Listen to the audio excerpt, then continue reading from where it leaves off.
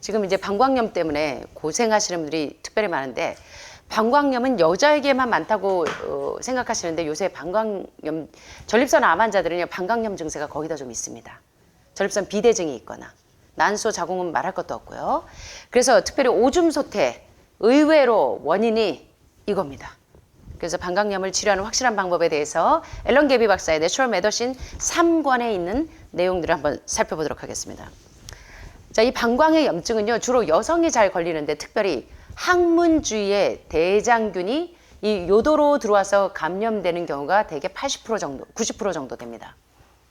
그래서 특별히 칸디다 질염을 앓고 있는 분들도 많은데, 칸디다 곰팡이하고 질의 균이 있거나, 또 성병인 트리코모나스 편모층이나 또는 음부 허피스 바이러스에 의해서도 방광염에 걸릴 수가 있는데, 방광염을 오래 방치하게 되면 신장염으로 진행되는 경우가 많아요. 그래서 전립선 암 환자들, 전립선 비대증이 있거나 전립선 염증이 있는 분들 보면 신장에 염증이 있는 경우가 상당히 많죠. 예, 그리고 칸디다 질염이 있는 분들, 난소 자궁, 암이나 염증이 있는 분들 보면 다 신장염이 다 따라다녀요. 이유가 뭔지 아시겠죠? 신장에서부터 결석이나 이런 독소들이 요관을 타고 내려가면 방광이나 요로감염, 그리고 전립선, 난소, 자궁, 질 부속기에 염증을 유발할 수가 있기 때문에 여러분이 방광염 치료하려면 신장부터 여과가 잘 되도록 케어를 하셔야 돼요. 자, 그런데 남성의 전립선에게는 박테리아를 억제하는 성분이 들어있고 여성보다 요도가 훨씬 길잖아요. 그래서 이 방광염에 잘 노출이 되지 않는데, 요새는 제가 요새 전립선 암 환자들을 보면 거의 다 방광에 염증이 있더라고요. 예, 그리고 요관에도 염증이 있고, 예, 그 다음에 고환에도 염증이 있어서 고생하시는 분들이 너무 많아요. 그래서 원인을 제거하시려면 전립선에만 치중하지 마시고 신장부터 해독을 하셔야 되는 거예요. 그래서 요걸 여러분들이 이제 기억을 하셔야 되는데, 특별히 남자보다 여성은 항문과 질 요도가 가깝기 때문에 구조상으로 방광염에 걸리기가 쉬워요. 근데 방광염에 걸리기 쉬운 이 요건들, 여러분들이 습관들을 가지고 있어서 요거를 제가 이제 다음 컷에서 설명을 드릴 거예요. 게다가 이제 폐경 후에는 질 건조증이 생기는 분들이 많아서 걷기만 해도 아프신 분들이 뭘 활용하면 돼요? 프로겐센스를 활용하셔서 Y존에다가 아로마 테라피 하실 때 황체 호르몬 크림을 쓰시면 호르몬 균형이 깨진 분들에게 상당히 많이 도움이 돼요. 그래서 이렇게 Y존에다가 황체 호르몬 크림 대신에 가장 안전한 아로마 테라피로, 아로마로 쓰시는 프로겐센스를 Y존에 도포하고 질이나 부속기 입구에 전립선 요런 데다가 오일을 도포해주면 굉장히 빨리 진정이 되죠. 그렇게 하셔도 되는데, 이 폐경 후에는 이 질 건조증 때문에 이 질염을 일으키거나 특별히 요도염, 방광염이 걸리기가 쉬워요. 예, 그래서 면역력이 약할 때는 만성으로 발전해서 자주 재발하기도 합니다. 그래서 오늘 여러분들이 방광염 예방하는 확실한 방법도 오늘 배워두시면 상당히 많이 도움이 되실 거예요. 그래서 요거 보고 자기가 이제 그 방광염이 없어졌다는 분에 제가 전화를 받은 적이 있는데, 여러분들도 잘 활용해 보세요. 특별히 여성들은요, 여성의 10%에서 20% 정도는 1년에 한 번은 요도염이나 방광염에 노출되는 경우가 많고, 그 중에서 55%는 신장염으로 진행이 됩니다. 그래서 방광염은 신장염과 따라다녀요. 그래서 요거를 이제 발견 즉시 방광에 염증이 있을 때는 오줌 소태가 있고 이럴 때는 빨리 여러분들이 예방하고 처치를 하셔야 돼요. 자, 어떻게 처치를 하시느냐? 방광염의 증세 여러분들 한번 체크를 해보세요. 방광염을 일컬어 오줌 소태라고도 하고, 소변이 자주 마렵고 아주 급해요. 그리고 밤에 자주 소변을 보게 되고, 이거 전립선 염증 있는 분들도 거의 이런 증세가 있으시죠. 그 다음에 이제 배변할 때 화끈거리는 증상이 있다? 그러면 이제 방광염 증세가 다 있으신 거예요. 근데 참 죄송하지만 저희 암 환자들 보면 거의 다 방광염증들이 있는 분들이 많더라고요. 그래서 오늘 이제 여러분들이 주의하시는데, 방광염이 있을 때는요, 소변이 여기 보니까 urine dash dark cloud, 소변 색깔이 어떠냐면 아주 어둡고 이 구름처럼 이렇게 뿌옇고 거무스름하고, 그 다음에 이 소변에 피가 섞여 나오기도 하고, 그 다음에 이 아랫배에 통증이 있어요.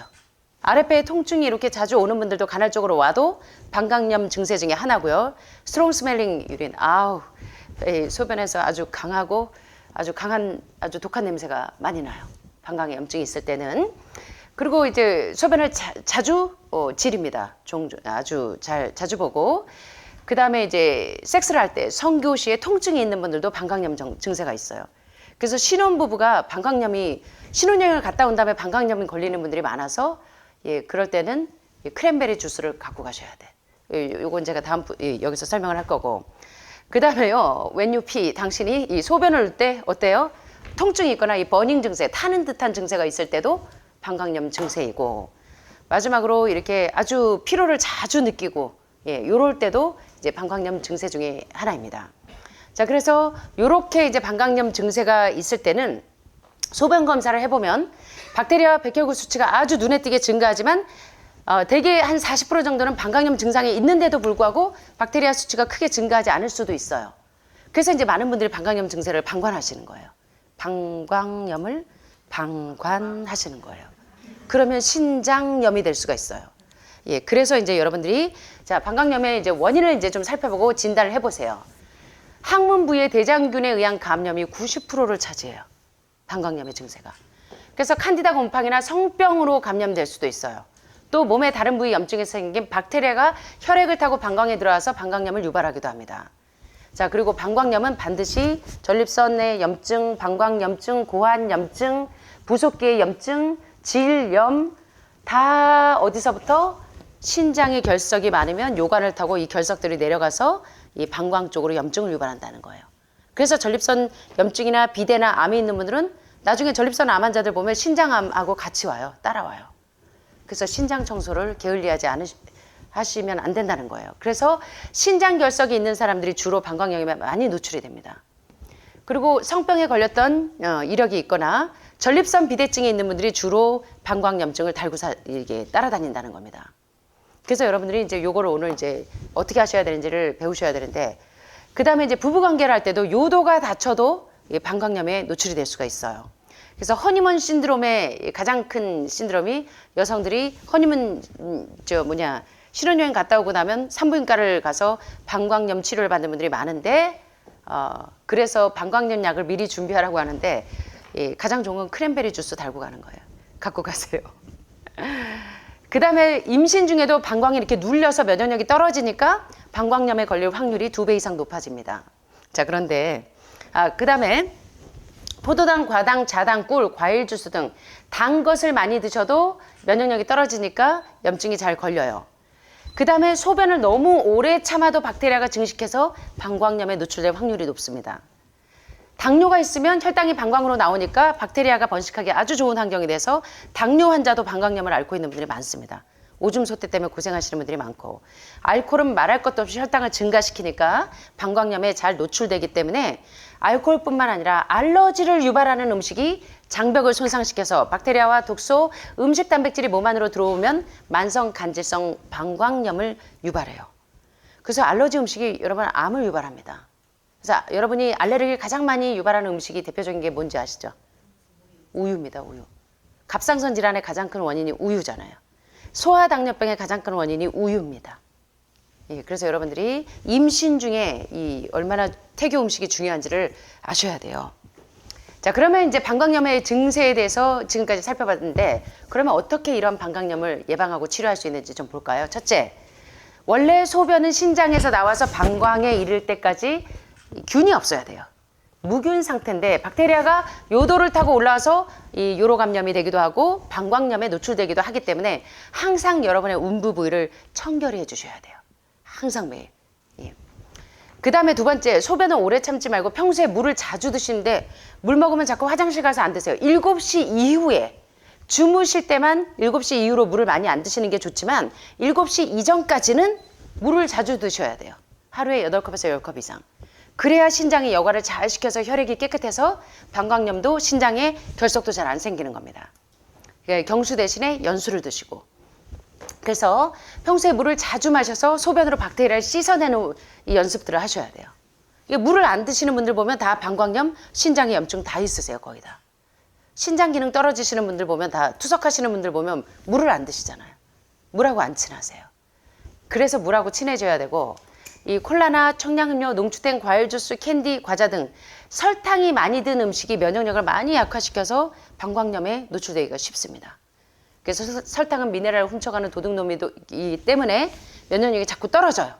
그래서 방광염에 걸리지 않으시려면 이런 것들을 주의하셔야 되고요. 세 번째, 만성 간질성 방광염은 세균 감염 때문에 방광염이 걸리는 게 아니라 알러지를 유발하는 음식을 계속 드시면 방광의 내막이 손상이 됩니다. 그래서 알러지를 유발하는 대표적인 음식인 우유, 요플레, 요거트, 야구르트, 치즈, 버터, 마가린, 마요네즈. 치즈는 응고된 소의 따라서 알레르기를 유발하는 음식을 찾아내서 드시지 않는 것이 좋다는 걸 여러분들이 잘 기억하시고요. 자, 월경 때요, 생리 때 이 패드를 자주 갈고 샤워를 자주 해서 몸을 깨끗이 하셔야 돼요. 그래서 요새는 그 생리대가 면으로 된 게 나오죠. 빨아서 쓸 수 있는 거. 근데 이게 번거로우니까 잘 안 쓰신데 거의 면 느낌 나는 걸 활용하시는 게 좋겠죠. 그래서 평상시에도 몸에 꼭 끼는 바지, 그 다음에 하의 실종, 어깨 실종, 이게 다 면역력을 떨어뜨리는 가장 큰 원인입니다. 그래서 평상시에도 몸에 꼭 끼는 바지는 피하시고, 속옷은 땀이나 분비물의 흡수가 좋고 공기가 잘 통하는 면으로 된 제품이나 뭐 린넨이나 면을 활용하시면 여러분의 몸이 이제 건강해지겠죠. 그 다음에 요거 좀 주의해 주세요. 결혼하신 분들은 부부관계할 때 요걸 꼭 지키시면 방광염으로 고생 안 해요. 성교하기 전에 물을 한 컵 드시고, 그 다음에 부부관계 한 이후에도 15분 이내에 소변을 보시면 이 박테리아가 다 씻겨나간다고 합니다. 그래서 부부관계 하시기 전에 반드시 이 아내가 센스 있게 물을 챙겨주세요. 그래서 물을 드시고, 그 다음에 부부관계 후에도 15분 이내에 전후로 간 청소 전후로 대장 청소하듯이 부부관계 전후로 뭘 드시라? 물을 드시면 방광염증이 잘 안 생겨요. 아셨죠? 상관없다고 여러분들은 이제 부부관계 전에 두 사람이 물론 성기주의를 깨끗이 씻는 것이 가장 중요하고, 여성 상의나 측면체를 활용하면 이 여성의 요도를 보호할 수 있다고 합니다. 그래서 사실은요, 이 중국에는 이렇게 자궁경부 암 환자들이 상당히 많은데, 남성들이 폭경 수술을 하지 않아서 남성들의 그 성기에 있는 분비물들이 여성에 감염되는 경우가 많습니다. 그래서 성경에 왜 난지 8일 만에 폭경 수술을 시행하게 했는지가 이게 과학적으로 입증되는 장면이에요. 굉장히 과학이에요. 그래서 삼성 세탁기가 망가지면 삼성 세탁기 본사에 가서 AS를 받아야지 LG에 가면 못 고치잖아요. 우리 몸이 망가지면 몸의 사용 설명서를 보고 빨리 고치셔야 돼요. 난지 8일 만에 폭경 수술하는 것이 왜 과학적인가를 입증하는데, 40일 만에 그다음에 아이를 출산하고 난 다음에 남아를 출산하고 나면 40일, 여아를 출산하고 나면 80일 이후에 부부관계를 하도록 허락하신 이유가 왜 그런 줄 아세요? 요도를 보호하기 위해서 그래요. 그래서 정말 과학이에요. 여러분들이 예방의학을 잘 공부하시면 얼마나 재밌는지 모릅니다. 그 다음에 여러분들이 이제 탕에 들어가서 목욕을 하시는 것보다 샤워를 하시는 것이 방광염 예방에 상당히 좋습니다. 그래서 이런 것들 주의하시고, 그 다음에 질 세척은 하지 말고 요거요. 이것 때문에 대부분의 사람들이 방광염에 걸려요. 뭐냐면 배변을 보신 다음에 항문을 닦으실 때 앞에서 뒤로 닦으세요? 뒤에서 앞으로 닦으세요? 앞에서 뒤로. 정말요? 근데 방광염 환자들 보면 다 뒤에서 앞으로 닦아요. 그러니까 항문을 항상 앞에서 뒤쪽으로 깨끗이 닦아야 박테리아가 요도 쪽으로 가는 걸 방지할 수가 있는 겁니다. 그래서 이 습관 때문에 여성들이 방광염에 많이 걸려요. 제가 보면요, 거의 다 어떻게 하냐면 뒤에서 앞으로 닦아요. 그러다가 이제 방광염 증세를 고치기 위해서 앞에서 뒤로 바꾸시는 분들이 많은데, 혹시라도 여러분들이 잘못 알고 계셨다면 오늘부터라도 바꾸시라는 거예요. 그래서 이제 비데를 활용하는 분들이 많죠. 항문을 청결한 비데로 활용하는 것도 좋고, 비데가 없다면 물티슈 등을 사용해서 항상 이 항문을 요로 감염이 되지 않도록 보호해주고 청결하게 유지하는 게 방광염을 예방하고 치료하는 데 상당히 도움이 된다는 겁니다.